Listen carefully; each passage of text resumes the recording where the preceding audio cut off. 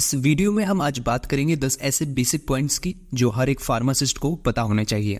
ये 10 basic points आपको आगे बहुत काम आएंगे। तो चलिए पहले पॉइंट को देखते हैं। जो मेडिकल लाइन के अंदर सबसे ज्यादा सॉल्ट यूज होते हैं उनमें से 100 ज्यादा यूज होने वाले सॉल्ट का नाम आपको याद होना चाहिए, और वह सॉल्ट क्या काम करते हैं, उनका क्या यूज होता है, उसके बारे में भी आपको पता होना चाहिए। जैसे एग्जाम्पल के तौर पर हम लेते हैं पैरासीटामोल, सिट्रिजिन एवं एमोक्सिसिलिन। ये सारे सॉल्ट हैं।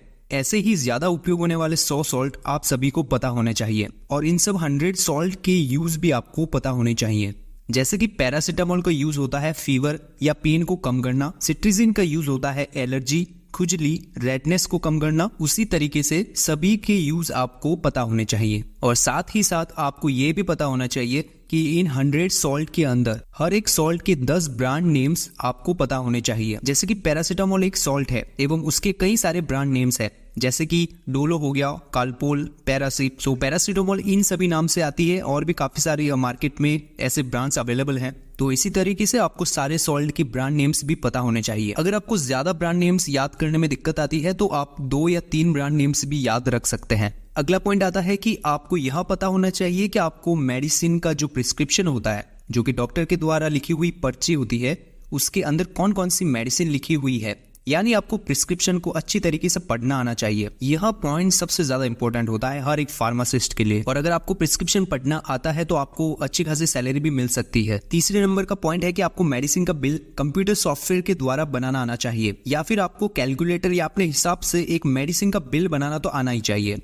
अगला पॉइंट भी बहुत इंपॉर्टेंट है कि गवर्नमेंट ने जिन मेडिसिन का डेटा रखने के लिए बोला है उन सभी मेडिसिन का डेटा आपको रखना चाहिए। जैसे कि शेड्यूल H1 की जो मेडिसिन होती है, क्योंकि यह सभी मेडिसिन ऐसी होती है जो कि बिना डॉक्टर की सलाह के कभी भी इनका यूज नहीं करना चाहिए, और इन मेडिसिन का यूज डॉक्टर की देखरेख में ही होता है। ये दवाएं ऐसी होती है कि अगर डॉक्टर ने इनको प्रिस्क्राइब नहीं किया है तो आपको इन्हें पेशेंट को नहीं देना चाहिए। अगला पॉइंट भी बहुत ज्यादा इंपॉर्टेंट पॉइंट है, यानी कि एक्सपायर मेडिसिन को चेक करना। एक्सपायर मेडिसिन ज्यादातर मेडिकल स्टोर पर हर 3 महीने के अंदर चेक की जाती है।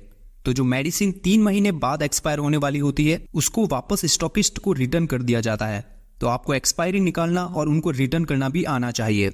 अगला पॉइंट आता है कि सभी स्टॉकिस्ट की अलग अलग फाइल बनाना, यानी आपने उनसे क्या क्या मेडिसिन लिया है, कब ली है, कितनी ली है, क्रेडिट में लिया है या फिर कैश में लिया है, उनके सारे बिल फाइल के अंदर होने चाहिए। तो यह फाइल भी आपको बनाना आना चाहिए और इसको मेंटेन करना भी आना चाहिए। अगला पॉइंट है कि आपके पास ऐसा नोटबुक होना चाहिए या ऐसी डायरी होनी चाहिए जिसके अंदर आपने जिस स्टॉकिस्ट से मेडिसिन ली है, कब ली है और कितने की ली है, एवं कैश में ली है या फिर क्रेडिट में ली है, वह सारा डाटा इस डायरी के अंदर या फिर नोटबुक के अंदर आपको लिखना आना चाहिए। अगला पॉइंट है कि मार्केट के अंदर जो OTC प्रोडक्ट्स ज्यादा चलते हैं या जो जनरल प्रोडक्ट ज्यादा चलते हैं उनके बारे में आपको पता होना चाहिए, क्योंकि आपके मेडिकल की जो सेल्स होती है वो ज्यादातर OTC मेडिसिन या फिर जनरल प्रोडक्ट्स ही बढ़ाते हैं। अगला पॉइंट है कि कुछ मेडिसिन ऐसी होती है जिनको स्टॉकिस्ट रिटर्न नहीं लेते हैं और कुछ टाइम बाद यह एक्सपायर भी हो जाती है।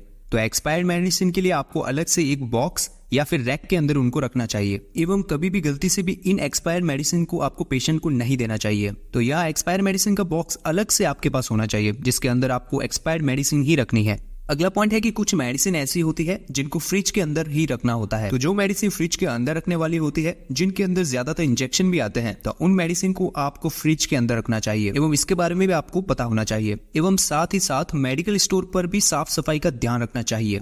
अगला पॉइंट है कि आपको कस्टमर हैंडलिंग आनी चाहिए, या फिर आपको पेशेंट को कैसे संभालना है वो आना चाहिए। उसमें आपको पेशेंट को डोज बताना होता है कि डॉक्टर ने कितना डोज दिया है उनको। आपको ये सब भी समझाना होता है कि कौन सी मेडिसिन किस वक्त लेनी है। आपको साथ में ये भी बताना होता है कि कब मेडिसिन को लेना है, कब नहीं लेना है, किसके साथ लेना है। ये सारे पॉइंट्स पे आपको पता होना चाहिए। दोस्तों अगला पॉइंट है एक्यूरेसी। फार्मासिस्ट जो होते हैं वो दवाई की प्रोडक्शन से लेकर डिस्पेंसिंग ऑलमोस्ट सारे एस्पेक्ट में काम करते हैं। ऐसे में उन्हें पता होना चाहिए कि वो जो भी मेडिसिन पेशेंट को दे रहे हैं वो मेडिसिन एरर फ्री होनी चाहिए, यानी कि कोई गलत दवाई नहीं देनी है। अगर किसी फार्मासिस्ट को प्रिस्क्रिप्शन पढ़ने में दिक्कत आती है तो उसे कोई भी दवाई को जो डॉक्टर ने लिखी है उसे अपने मन से सोचकर नहीं देनी है, क्योंकि मार्केट में ऐसे काफी सारे ब्रांड नेम्स हैं जो सेम सॉल्ट को रिप्रेजेंट करते हैं, और फार्मासिस्ट भी एक इंसान ही है और वो भी कभी कंफ्यूज हो सकता है। तो ऐसे में मेडिसिन की कंफर्मेशन के लिए डॉक्टर को उसी वक्त कॉल करके पूछ लेना चाहिए। अगला पॉइंट है प्रूफ रीडिंग। कभी कभार क्या होता है कि डॉक्टर ड्रग इंटरेक्शन को मिस कर देते हैं,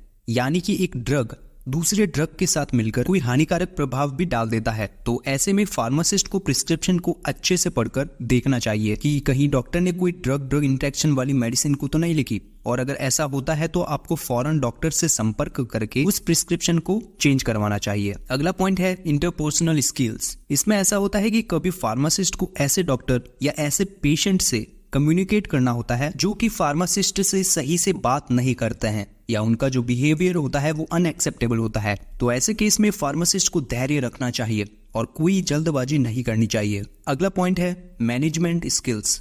काफी कंट्रीज में बड़ी बड़ी फार्मेसी चेन्स होती है, यानी कि बड़ी बड़ी फार्मेसी कंपनीज, उनमें सीनियर फार्मासिस्ट जो कि जानते हैं कैसे स्टाफ मैनेज किया जाता है, कैसे इन्वेंट्री मैनेज की जाती है, अकाउंट्स को कैसे हैंडल किया जाता है, किस तरीके से बजट मैनेज किया जाता है। ऐसे सीनियर फार्मासिस्ट की मांग बहुत होती है जो कि जूनियर स्टाफ को भी मैनेज कर सके। अगला पॉइंट है मल्टीटास्किंग। एक फार्मासिस्ट के अंदर ये स्किल तो जरूर होनी चाहिए।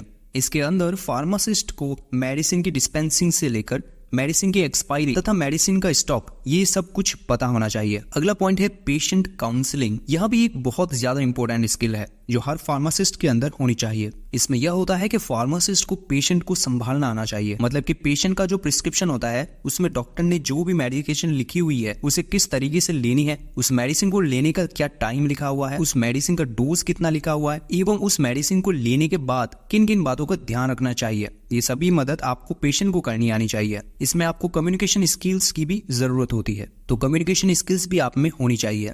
अगला पॉइंट है गेनिंग नॉलेज। मार्केट में डेली नई नई मेडिसिन या फिर नए नए सॉल्ट लॉन्च होते रहते हैं। ऐसे में एक फार्मासिस्ट को हमेशा नए सॉल्ट के बारे में जानकारी रखनी चाहिए एवं कुछ न कुछ नया हमेशा सीखते रहना चाहिए। अगला पॉइंट है प्रोफेशनल एथिक्स। एक फार्मासिस्ट को हमेशा अपने एथिक्स को फॉलो करना चाहिए। उसे कभी भी किसी पेशेंट की इंफॉर्मेशन को डिस्क्लोज नहीं करना चाहिए। अगर कोई पेशेंट HIV की मेडिसिन भी खरीद रहा है और वो कहीं दूर से आपकी फार्मेसी पर वो मेडिसिन लेने आया हुआ है या फिर वो आपके पड़ोस से ही कोई है, ये चाहे वो कहीं और से भी आया हो और चाहे वो कोई भी मेडिसिन परचेज कर रहा हो, तो उसकी खरीदी हुई मेडिसिन एवं पेशेंट की इंफॉर्मेशन एक फार्मासिस्ट को हमेशा सीक्रेट रखनी चाहिए। तो ये थे थोड़े इंपॉर्टेंट पॉइंट्स जो कि आप सभी को पता होने चाहिए। अगर आपको कोई कंफ्यूजन है तो आप कमेंट में पूछ सकते हैं। Thank you for watching.